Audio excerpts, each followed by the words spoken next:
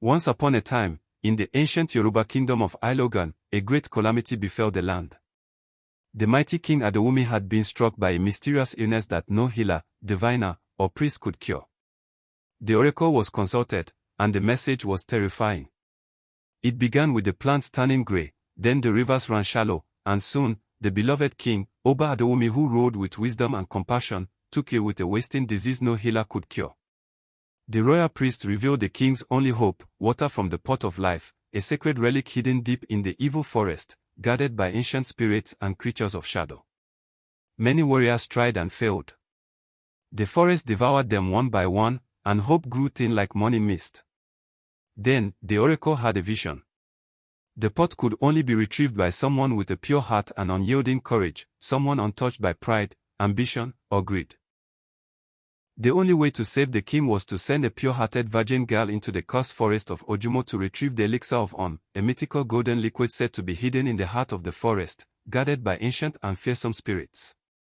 The oracle pointed to Moemi, a humble 16-year-old girl who worked in the palace gardens. Often at a young age, Moemi had grown up tending flowers, learning to speak to the wind and listen to the soil.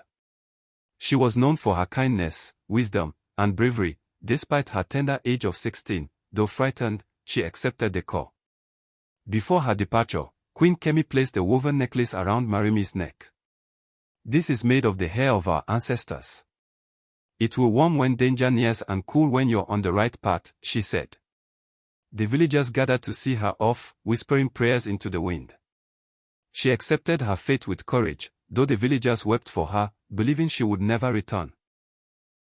Armed with only a white cloth, a gourd, and a sacred staff blessed by the priest, she was led to the edge of the terrifying forest, where even the bravest warriors feared to step.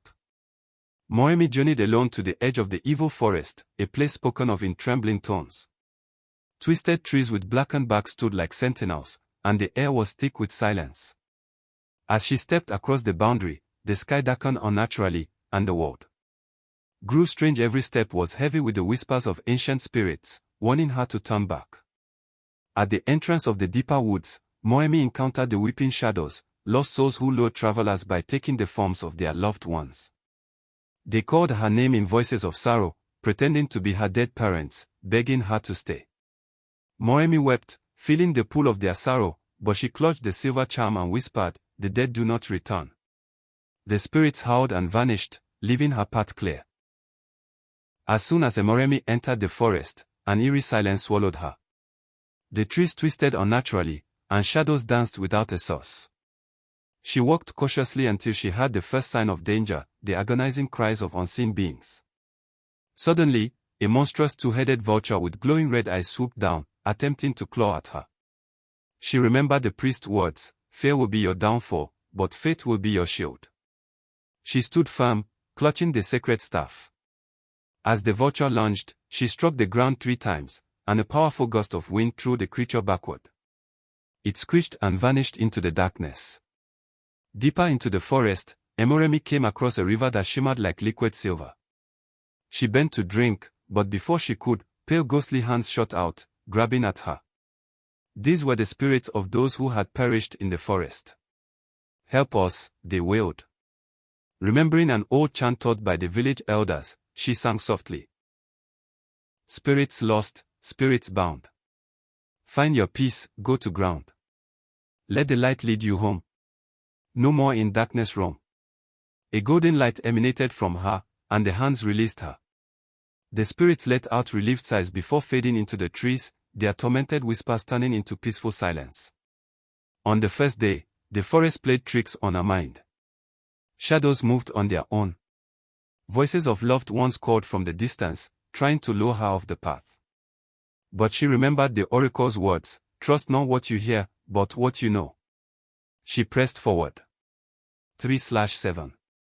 That night, she found shelter beneath a large tree, its branches heavy with blue blossoms. As she lay to rest, a soft sobbing reached her ears. Following the sound, she found a young boy tangled in thorny vines, bleeding and afraid. "Please," he whimpered. "Help me." Moemi hesitated. The forest was known for illusions. But her heart ached. She tore the vines with her bare hands, bleeding in the process, and carried the boy to her camp. As dawn broke, the boy vanished, a test. In his place was a silver feather, glowing faintly. She tucked it into her pouch.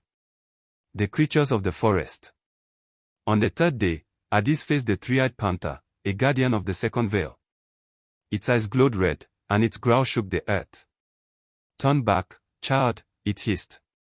"Or lose your soul." She stood firm, heart pounding. "I do not come for glory or riches. I come to save a life." The panther watched her. Then, slowly, it stepped aside, and where it had stood was a bridge of light stretching over a bottomless ravine. Another test passed. Further in, she met the whispering trees, ancient beings who spoke in riddles. They tried to confuse her, offering false paths in exchange for secrets from her heart. "Tell us your deepest desire," they could. She replied, "My only desire is to see the king well again." The trees groaned and hissed, then parted, revealing a stone gate etched with runes, the entrance to the chamber of the pot of life. Further inside, she found a river of silver water. A magnificent golden bridge appeared, but as she stepped forward, a monstrous serpent with ruby eyes rose from the depths. It was Avarice, the guardian of greed, who devoured those who lusted for riches. "You may cross," it hissed, "but only if you leave behind your silver charm." Moemi understood the trick, the charm was her protection. "I seek not wealth, only the pot of life," she said, refusing the deal.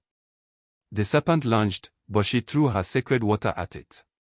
With a shriek, the beast turned into stone, allowing her to pass. Finally, she reached a hidden cave where the elixir of was kept. Before she could enter, the ground trembled, and a terrifying 7-foot-tall shadow spirit with glowing yellow eyes emerged. It spoke in a deep, echoing voice. "Who dares seek the sacred elixir?" Emoremi knelt and responded humbly, "I am Emoremi, sent to save my king. I seek no power, only the cure." The spirit studied her for a long moment before testing her with the two final challenge. "You must walk through the hall of reflections. If you have evil in your heart, it will consume you." Emoremi nodded and entered the cave. Inside, the walls were made of mirrors that showed not her body, but her soul. She saw every doubt, every fear, every moment of weakness she had ever experienced. But instead of running, she accepted them. She whispered, "I am not perfect, but I am pure in heart." Deeper still, the forest became an abyss of darkness, a cursed land where light never touched. A whispering voice told her, "Give up hope, for no one escapes this night." But Moemi remembered a lesson from the village elders: hope is a fire that no darkness can quench. She tore a piece of her dress, wrapped it around a branch, and set it aflame with a flint she carried. The enchanted darkness recoiled, and she found her way through. At last, she reached the heart of the cave, where the pot of life rested atop a stone altar. But before she could touch it, a towering figure emerged from the shadows, a horned phantom with hollow eyes. "You are unworthy," it boomed, its voice shaking the ground. "Only those who have conquered fear may claim the pot." Moemi trembled but stood her ground. "I have walked through nightmares, faced the dead, resisted greed, and kept hope alive in eternal darkness," she declared. "I am afraid, but I do not let fear rule me." The phantom let out a thunderous laugh, then bowed. "Then you have passed the final trial, child of light." With that, it vanished, and Lyria grasped. Inside, the air was cool and quiet. At the chamber's center stood the pot of life, a vessel made of jade and gold, filled with glowing water. But as Moemi stepped forward, the guardian spirit appeared, a being of shifting smoke and flame. "To touch the pot is to offer a piece of your soul," it said. "You may take the water, but you will lose something forever: your laughter, your memories, or your voice. Choose." Moemi wept silently. She remembered her mother's songs, her father's stories, her laughter with the palace children. After a long pause, she said, "Take my voice. Let the king live." The spirit bowed. She dipped the pot carefully into the glowing water. As soon as the liquid touched the vessel, her voice left her, like breath on a winter morning. She could no longer speak. The cave trembled, and the mirrors shattered into golden dust. In the center of the chamber, the golden elixir of glowed inside an ornate god. She took it carefully and left the cave. The shadow spirit gave her a solemn nod before vanishing into the mist. The forest, now aware of her sacrifice, parted for her return. Creatures she had once feared bowed as she passed. Birds sang in honor of her courage, and even the shadows seemed to guide her home. By the time she reached Alogan, her hair had turned silver, a mark of one who had touched the sacred. Emoremi raced back to the village, surviving the forest's final attempts to keep her trapped. When she arrived, the people gasped in disbelief she had returned alive. She presented the elixir, the pot of life, to the high priest, who mixed it with sacred herbs and poured it into the king's mouth. Within moments, King Adewumi's sickness faded. His eyes opened, and he rose from his bed, stronger than ever. The kingdom erupted in joyous celebration. The king, grateful for Emoremi's bravery, declared her the guardian of Ilogan, an honor never before given to a woman. But Emoremi refused riches or titles. She simply smiled and said, "I only did what the spirits allowed me to do." Her name was forever etched into the history of Ilogan as the girl who conquered the forest of Ojumo and saved the king. The kingdom erupted in celebration. Queen Kemi embraced Moremi with tears. When she realized the girl could no longer speak, she sobbed even more. A day of festival was declared in her honor, Moremi the Silent Flame, and a statue was raised in the palace garden. The betrayal of the crown. But joy turned to dread in the months that followed. King Adewumi, in a show of twisted gratitude, declared that Moremi was to be his queen. The people were stunned. Moremi, still a child in their eyes, now carried the burden of fame, silence, and unwanted attention. The king, obsessed with her mystique and the power she held, sent for her to prepare for the royal wedding. Moremi refused. Through gestures and her eyes alone, she made her rejection clear. Yet the king grew more insistent. One evening, his guards came to seize her from her garden home. But they did not expect what awaited them. Moremi stood on the palace balcony holding the sacred pot of life, the final water still inside. Glowing, potent, and irreplaceable. Her silver hair whipped in the wind.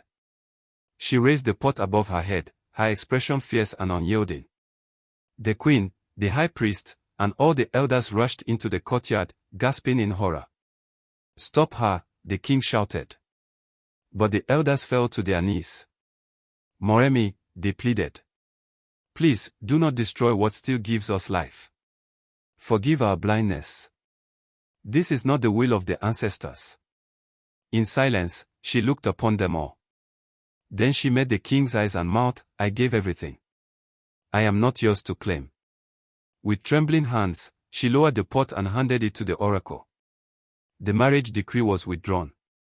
The king, ashamed, retreated from public life, never fully recovering his honor.